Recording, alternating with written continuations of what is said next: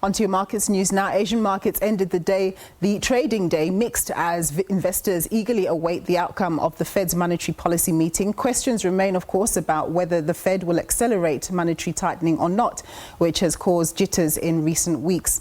The Nikkei share index ended the day down 0.44%. Hong Kong shares were on the up, however, the Hang Seng index registering a 0.2% increase. Mainland Chinese shares also ended in positive territory, although not to the same degree. The Shanghai Composite Index closing up 0.2%.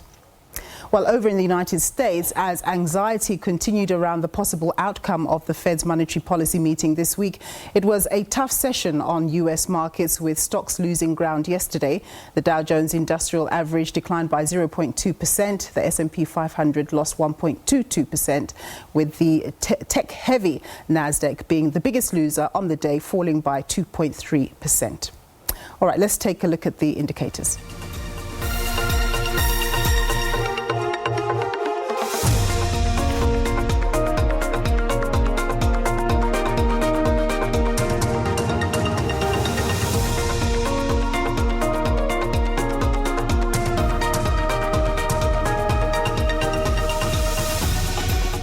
Well, to break down the markets for us, I'm joined by Chantel Marks. She's the head of equity research at F&B Wealth and Investments. Thanks very much, Chantel, for joining us. So the Fed is on everyone's minds and lips. We know that monetary tightening is on the cards, but do we expect the Fed to accelerate its pace in terms of its tone this evening? Well, it's less about what we expect and more about what the market expects at this point. And I think because the market is pricing in a much more aggressive monetary policy stance by the Fed, it's making analysts also question their thinking around what's going to happen with monetary policy, both in the US and I think locally as well. For now, though, it does seem as if the market has calmed down a little bit. We are in the green on the JSE this afternoon, and it does seem as if futures markets are pointing towards a better open over in the US as well. But of course, everything can change once we get the final say in terms of where the Fed is going to act next. Yeah. So in the meantime, the global markets generally have not been doing very well as market investors worry about what will, happen in terms of the Fed's monetary policy decision. What do you think it will take, to calm investor nerves? And surely, even if interest rates do go up, it doesn't mean that every equity out there becomes unattractive.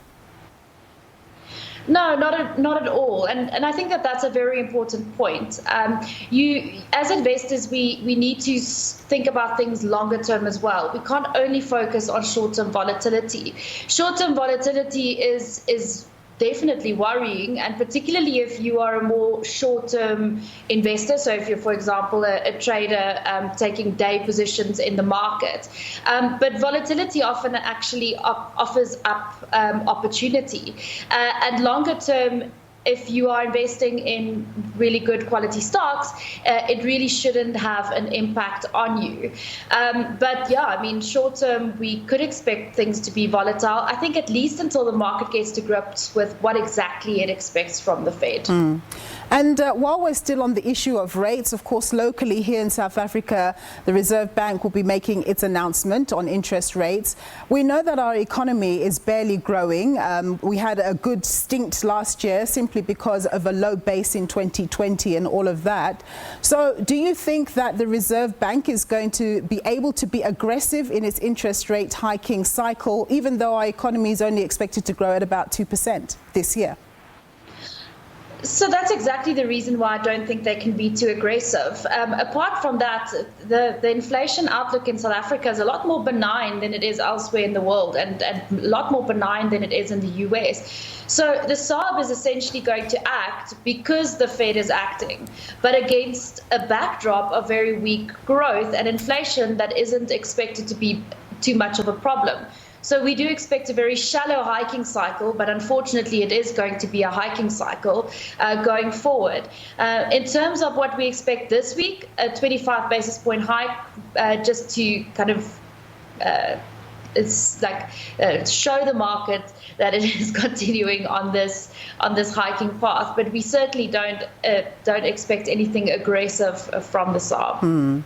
And then in some company news, Telecom, of course, we've heard that the government has mandated the Special Investigating Unit to look into some of their practices and some of the deals they did that date back as far as 2006. How worried should shareholders be? And how is it as well that the likes of the JSE, which, as soon as it has light of any misdemeanors, why haven't they been worried about Telecom's conduct in the recent past? So I do think that this relates to something that happened quite a while ago, and the management team looks completely different and the business looks completely different. The business has moved into the right direction from a governance perspective. It's moved into the right direction in terms of strategy. And I think that the market is aware of that. And that's why you are seeing the share being punished, but not to the extent that investors are thinking that this could be the end for Telecom or a massive game changer for them. So from what we can gather in terms of the limited information that we have available is that this translates to this is in response to a transaction that took place in 2016, so 6 or so years ago. It was an underperforming subsidiary. It was sold for, I think, either $1 or R1, and it essentially took a lot of debt off of Telecom's balance sheet. But we don't have any more information in terms of what the transgressions are. So it's very difficult to also decide how much should be baked into that share price, and also what will the consequences be. Is it going to be a consequence from a criminal perspective for the old management team? Is it going to be a financial consequence in terms of possible penalties that need to be paid, or perhaps back taxes? And we really don't have any idea what those numbers look like right now. The timing is quite curious, given the fact that Telecom is fighting against its competitors and government around this whole spectrum issue. It's worried that because it's a small player relative to MTN and Vodacom, it won't get the requisite spectrum that it would need to be able to move up to the next level and be competitive.